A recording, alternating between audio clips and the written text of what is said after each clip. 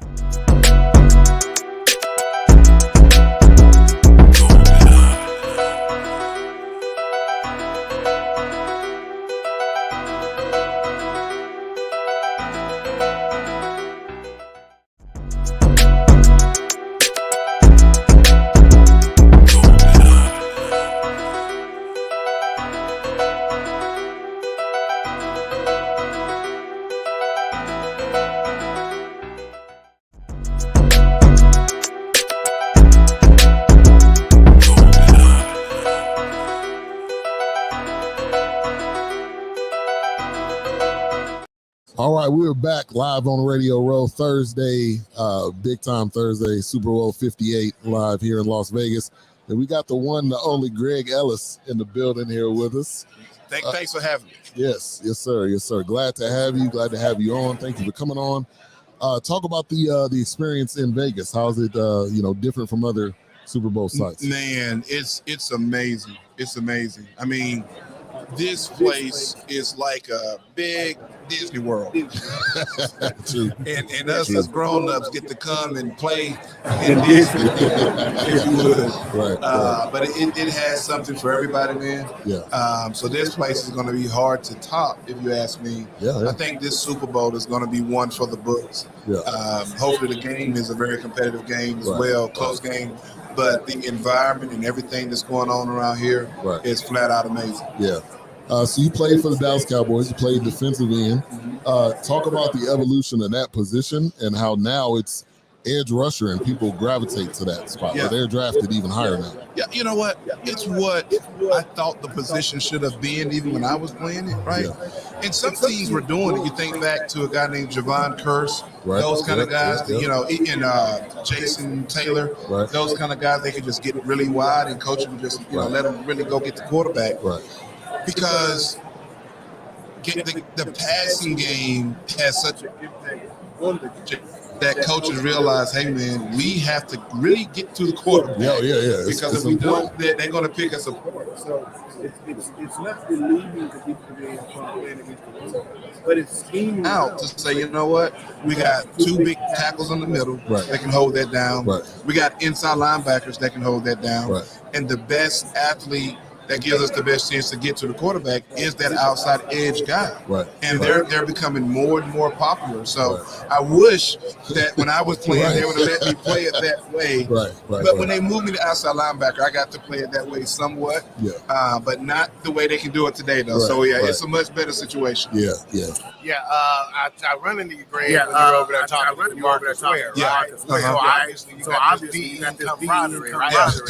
How often do y'all get back together at Dallas? Is it position specific, that kind of thing? Not as much as I would like for us to do, and not just with DeMarcus, but I mean with a lot of guys. I text Jason Hatcher the other day, text Marcus Spears the other day, Jay Radcliffe, I text him the other day. I just kind of thought about it. Jay was like, why you text me? What's wrong? All of them said, what's wrong? I'm like, man, you know what? I just checking on you, man. And they thinking something like, nah, I'm no more, no less, just checking on you. See, and I'm going to tell you like this. Greg will tell you, this is my first time calling him Greg. Okay. So the moment I done seen him, I would say, Mr. Ellis. Yeah. Because it's that kind of respect. Thank and the you. reason why, because of the kind of person you are, man. Thank you. And you was that way when you were at the Cowboys. Yes. At your highest point, Yes. you still behaved the exact same way. Yeah. Talk to me about today's player. Doesn't that seem to be fewer and further between in terms of folks behaving in the way you did on the field? Yeah. And then so you make me feel like I'm bragging on myself. To the fans, I was not the perfect guy, but I see what you're saying. A large part of it is the growth of social media. But social media is a great thing. I'm not putting it down, but it places and it puts the players right face forward into the world, right? And so when you're presented to the world the way they are today, it's like, okay, I have this persona that I have to carry in order to keep my followers, my likes, and all that stuff up. Right. So I have to do these certain things to behave and carry myself this certain way because I'm always performing, not football performing, but people are watching what I eat. People are watching who I'm walking with. People are how I'm wearing. People are watching everything. Right. And so it builds up sometimes a resistance too to say, okay, I have to conduct myself certain ways because the cameras are always on. Right. So in those guys' defense, a lot of times, they are more of a brand themselves nowadays than we were when I played. That's true. I really don't want to give him an opportunity to ask a question because he's a Philly fan, and that's where he's from. I could be objective, though. If you want to get one more sack on your record, I'll be more than happy to let you take anything out. I was gonna say, talk about the current state of the Dallas Cowboys in your perspective. That's a good question. You know what? Good question. It was disappointing, to say the least, We all were. about the performance of the playoff game. Now, 2007, we had a disappointment. We played New York. They won the Super Bowl that year against New England. That was a crazy catch. The helmet catch. Yeah, that was the helmet catch. Yep. Because we beat New York twice that year. We had probably, if not the best record, one of the best records in the history of the franchise was 13, I think, and 3, right? Right. Sid, I think 13 or 16. I think that was a record too of us going to the Pro Bowl that year. Mm-hmm. And so you think like, okay, we're going to really do it that 2007 year, and we lose to New York, right? It's like, how does this happen? Right. And the same thing that took place against Green Bay, man. I just think if they play that game again, I still put my money on Dallas. Right. Yeah, But right. I think Dallas was guilty, and these kind of things doesn't just consciously happen. Right. It's unconsciously that you overlook your opponent. Yes. And with so much media press, Green Bay said, you know what? It's us against the world. Right. Nobody Right. thinks that we can beat the Cowboys. Right. They don't lose in their home this year. All that stuff. Right. So Green Bay had the chip on their shoulders where we didn't have it on our shoulders. Right. In street terminology, they came in there and stole us in the face. Oh, that's so good. Right. They don't even say that no more. I mean, that's what took place. We got stole on. We were off balance the whole game. Yeah, I mean, stuff that was happening didn't happen the whole season. Exactly. It looked like we was in a preseason game. That's that wind of North Carolina that's coming out of it right there. That North, hold on, let me say it right. That North Kakalaka. My family's from Hickory. Oh, really? Yeah. So, talk about McCarthy. Do you think he should have been given this last year, or you think they should have made a change? No, here's why. I thought they were going to make a change because, with 3 years, baby, if it ain't happening, Jerry's like, okay. I hope you put that I hope they all in this shit, like you said. All in there. But here's the risk, and I think Jerry looked at it, and I'm pretty sure he thought about it because it's been 3 years. But I would imagine him saying, you know what? We're winning 12 games over the 3 years, right? Every 3 years, every year we're winning 12 games over these 3 year span. So you would have to say, okay, we're knocking at the door, right? So we got to keep going on this path, because if we reverse this path, we could be 5-12. Right? We could be bargain basement for a little while before we come back up again. Yeah. So you feel like, okay, we're right there. So let's just keep pushing this envelope and thinking that door is going to open. So prayerfully, we'll get it next year. I think, we'll have another good season next year. Yeah. But the obstacle obviously will be, can we get into those playoffs and make a run into those playoffs? Yeah. That'll be my question. The whole NFC East entirety. What do you think of that moving forward, like for next year? Yeah. Eagles, Cowboys. There's a lot of changes with coaching and everything too. But what do you think of the NFC East as a whole? Yeah. It's a lot of room for improvement, to be honest with you. Yes. To say the least. So hopefully, we don't take a step backwards, because that can happen after some successful years like that. But I think we're knocking at the door, and I think that was the right decision. Right. We want to be respectful of your time, man. I know your folks that said you just had a little time. This was just spur of the moment. Yeah. And again, Mr. Ellis is just one of those kind of dudes. When you meet people, you can tell. My mom used to say something: try the spirit, by the spirit. Yes. I didn't know what she meant, man, until I got grown. Yeah. And then I understood it meant I don't need him to tell me about you. Yeah. My spirit told me about you. Yeah, that's right. Right? And whatever it didn't know when we were over there, it knows right now. Amen. You're a good dude, man. What do we need? What do you need to promote? What brings you here? Okay, and also give us a prediction too. Oh, wow. Prediction. You know what? It's hard to get the score. You're not making me give the score. No. Just pick a winner. You know what? My winner, I'm going to give you a quick explanation why I'm picking it. I'm going with San Francisco. Okay. Now, somebody said, really, you going to San Francisco like that was a curse? I was like, All right, let's thank you for your time. We appreciate you coming out. I told the guy, I don't like San Francisco. I mean, you asked who I think is going to win the game. Right. And here's why. You know, when they fell behind against Detroit, right? Yep. Usually, teams, you fall behind 2 or 3 touchdowns, it's time to go to the air. Right. But they continue to run the football. Okay. That's the scary thing. That's That hard. it's like, wow, they're still running the ball, and they got stuck to back into the plan. game. Right. Yep. That's a sign of a freaking team that's hard to beat. So now, if Kansas City can stop that run game, Kansas City is going to win this game. Yeah. But if San Francisco can be successful, and they don't have to be successful early because we saw that against Detroit. Right. But if they stick to that knitting of running the football, and you know that third quarter, if they're still running and being successful, some teams have a way of wearing other teams out. And San Francisco, I have to give them that credit. Yeah, they have the ability to do that. They are.